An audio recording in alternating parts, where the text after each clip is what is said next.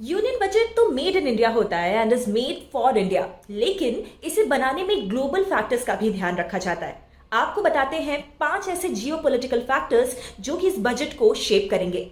First big factor is higher interest rates. Inflation को control में लाने के लिए यूएस फेड, आरबीआई और तमाम सेंट्रल बैंक्स ने इस साल रेट्स बढ़ाए हैं। इसकी वजह से यूएस और इंडिया के बीच जो इंटरेस्ट रेट्स का गैप है वो नैरो हो गया है। इंडिया जैसे इमर्जिंग मार्केट की करेंसी को ये कमजोर बनाता है और यूएस डॉलर को strong. Second factor, liquidity reversal. Since India is vulnerable to US rates, it has led to institutional investors pulling money out of India. इस साल जनवरी 16 तक FII सारे सेशन में नेट सेलर्स रहे और 17,400 करोड़ रुपीस से भी ज्यादा के शेयर्स बेच चुके हैं। Third factor is the reopening of China.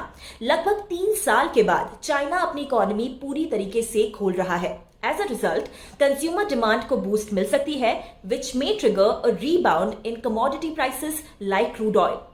Fourth factor है Russia Ukraine war. World Economic Forum की अगर माने तो वॉर के जो कॉन्सिक्वेंसेस थे वो मैनिफोल्ड रहे। ऑयल एंड गैस के साथ साथ ये दोनों देश वीट, कॉर्न और कई और कमोडिटीज के एक्सपोर्टर हैं। दोनों देशों की वॉर की वजह से बहुत सारी कंट्रीज इंक्लूडिंग इंडिया को सप्लाई चेन डिस्ट्रप्शंस का सामना करना पड़ा। Fifth factor is economic slow down. IMF की फोरकास्ट की अगर माने तो higher inflation, higher interest rates और रशिया यूक्रेन वॉर के चलते ग्लोबल ग्रोथ 2023 में 3.2% से गिरकर 2.7 रह सकती है।